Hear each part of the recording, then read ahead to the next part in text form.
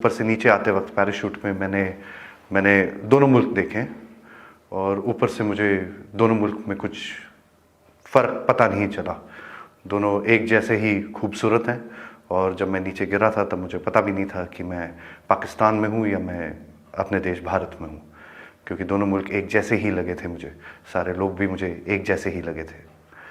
उसके बाद फिर मुझे चोट लगी थी काफ़ी गहरी और मैं हिल नहीं पा रहा था, तो मैंने कोशिश की ये जानने के लिए मैं कि कौन से मुल्क में हूँ।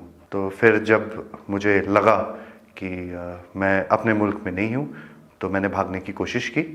मेरे पीछे लोग आए थे और उनका जोश काफ़ी ऊंचा था और वो चाहते थे कि वो मुझे पकड़ ले। उसी समय पाकिस्तानी आर्मी के 2 जवान आए, उन्होंने मुझे पकड़ा एंड उन्होंने मुझे बचाया वहाँ से।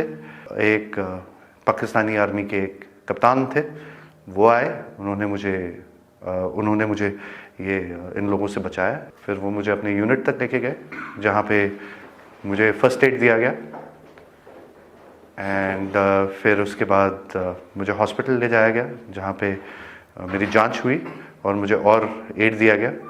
और उसके बाद इस जहाँ पे मैं हूँ, मैं तब से यहाँ पे हूँ आपकी खातिरदारी के साथ। क्या हो रहा है कश्मीरी के साथ वो ना आपको पता है ना मुझे पता है। हमें थोड़ा सा शांति से सोचना चाहिए। I find the Pakistani army a very fine professional force and very chivalrous. I am very impressed by the chivalry which has been displayed by the Pakistani army. लड़ाई तब होती है जब अमन नहीं होता है।